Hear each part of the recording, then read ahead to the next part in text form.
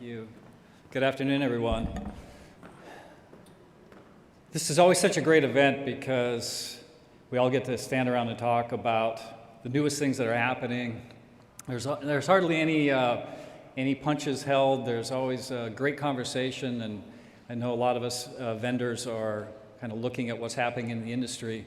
So I was very honored to be able to come up here and talk to you about something that a lot of people have been talking about for a long time but hasn't really been real, and that is putting multiple operator small cells simultaneously into the same building in a real world setting. So that's what we're going to be talking about today. So the subject of my case study and the pilot site that we're going to be talking about is hotels. So hotels end up being kind of the poster child for mid-sized properties that honestly don't get a lot of attention from the wireless operator community. And the hotel industry, I would say they feel a little slighted by that or frustrated. I'm not sure what might be the best word to use for it, but the hotel industry has had great success with DAS if they've got 1,000+ rooms, if they have a large convention space, if they're in a Super Bowl city, then there's attention paid to them. But the hotel industry is quick to talk about occasions where they've put DAS in and had maybe one operator show up. There's multiple cases in the hotel industry where a DAS was an investment in a DAS and there was no operators that showed up. And the industry talks a lot about that. I was in Orlando last week for 3 days at a hotel industry show. And even though everybody in this room agrees that the DAS lives, this whole DAS is dead thing is ridiculous, the hotel industry has got kind of a bad taste in their mouth for it. And one of the reasons is because not all needs are the same in a hotel. And this case study I'm going to take you through is kind of representative of that. So the project we picked to work on is a property called Shepherd's Beach Resort in Clearwater, Florida. And this is a real destination hotel, and you can see from them some of the pictures that popped up. There's a lot of people that come to this hotel. It's a real destination for 20s, 30s crowd. Out there on the water side, you can see that hut there is actually a stage, and they have name bands that come to that stage. And they also have a nightclub. And the thing about Shepherd's is there is a very large amount of day guests. And so there's really no usage of the Wi-Fi network by these day guests. You have to have a room number and a last name and all the things that you take to log into the Wi-Fi. So the usage is very heavily based on people that are coming in just for the day. So Wi-Fi does not serve their purposes whatsoever. They really needed cellular. So beachfront property is fairly classic, especially a Florida beachfront property that has to have hurricane requirements, and why it's so difficult to create coverage, because really everything interesting about that hotel is on the beach side, and there's obviously no macro out in the water. And in this particular hotel, again, like a lot of designs, they've built a concrete parking lot in front of the hotel all across the front side. So it's an RF nightmare. So all the interesting stuff is on the beach side. The bars, the restaurants, even the convention space has windows that looks out over the water and all blocked by the parking garage. So in parts of this building, there was literally absolutely no coverage. The walk test meters wouldn't even register. So one of the things we have to do is kind of sort out which properties are really candidates for this and which ones are interesting. What we do as a company is we also analyze RF and RF traffic. So this is a picture of a rolled up traffic analysis that we do using a wide variety of social media feeds. And this is a heat map of Clearwater Beach.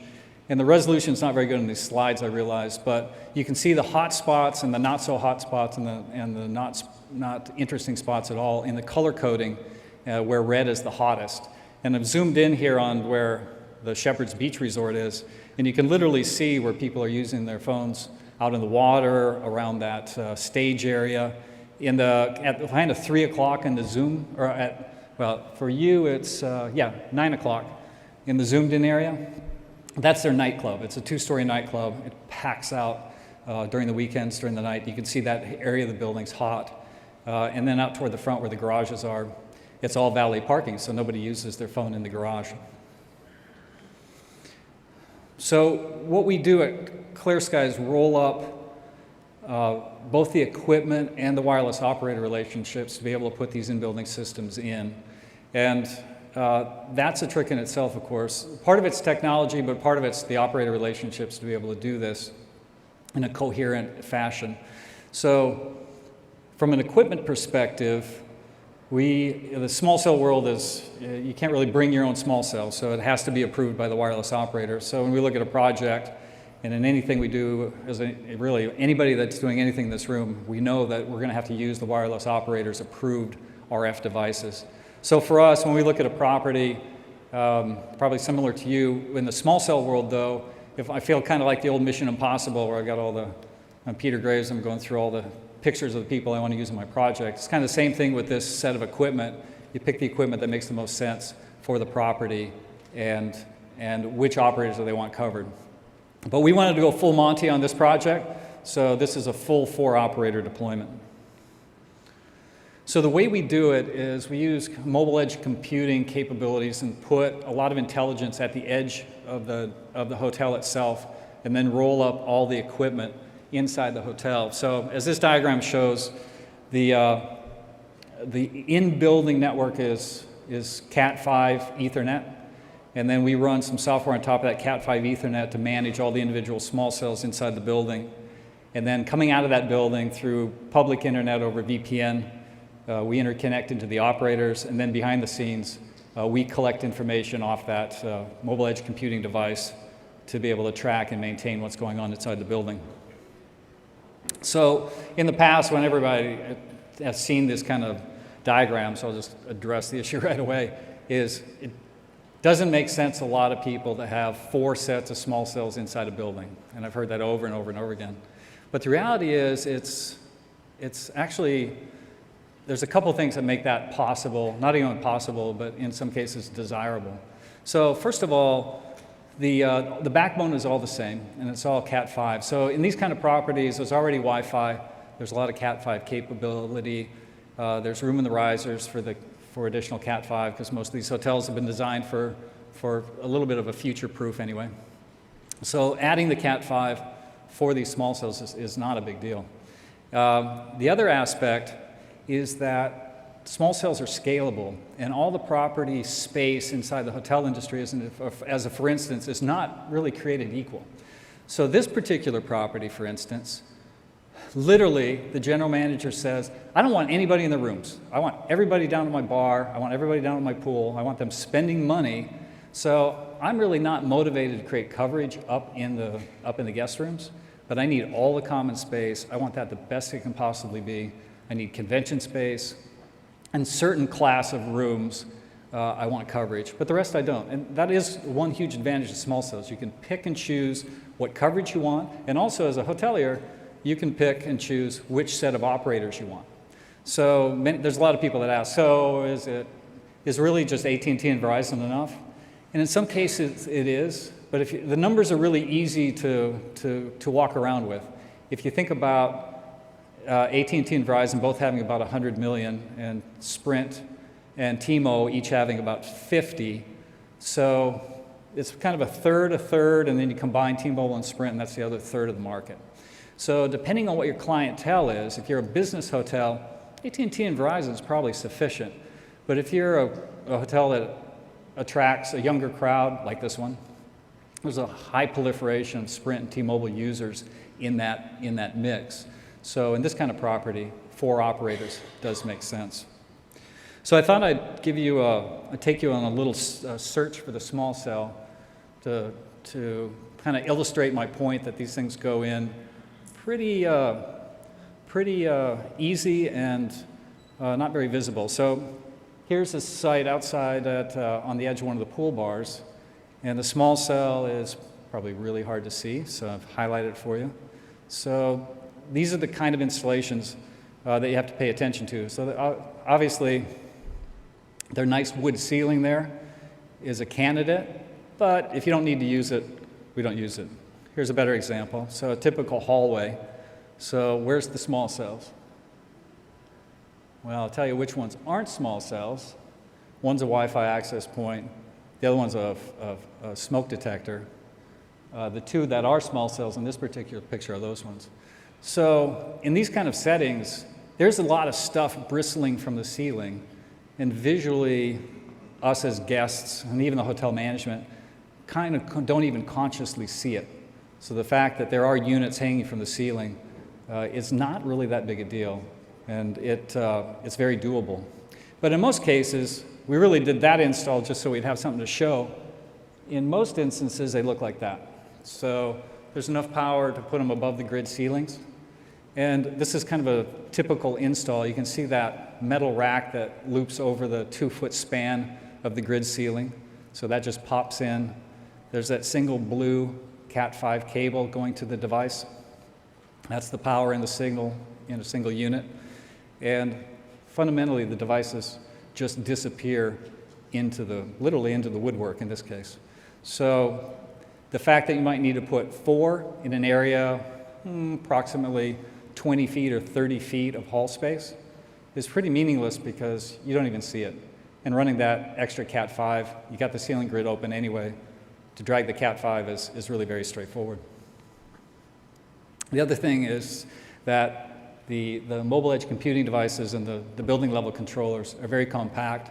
They're just standard 110 power. This is just used a little bit of existing rack space. That's the entire rack space for the building, which is a little bit over 100,000 square feet of coverage for the entire small cell install. And then that all shares the same internet backhaul, so everybody is using VPN, all 4 operators. I'm a member of a hotel body called HTNG. It's called the Hotel Technology. So if you're familiar with like the Small Cell Association or other associations that write standards for the industry, that's what HTNG is for the hotel industry. And the HTNG just finished publication of standards for indoor cellular coverage. And it consists of really 2 categories. One is DAS, because DAS is certainly alive and well, but the other now category that's been officially adopted by the hotel industry is multi-operator small cell.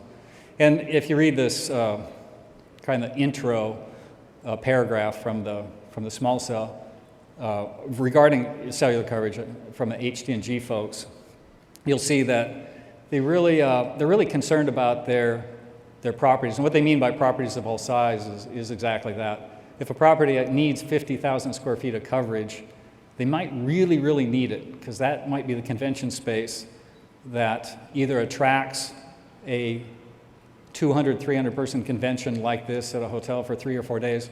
That's worth $100, $150, $200,000 to that hotel. The ability to continue to attract that group year after year is very, very important. It's one of the strongest justification cases for indoor cellular in the hotel industry, especially these mid-sized business hotels. And to kind of wrap up, as far as pluses and minuses for the small cell,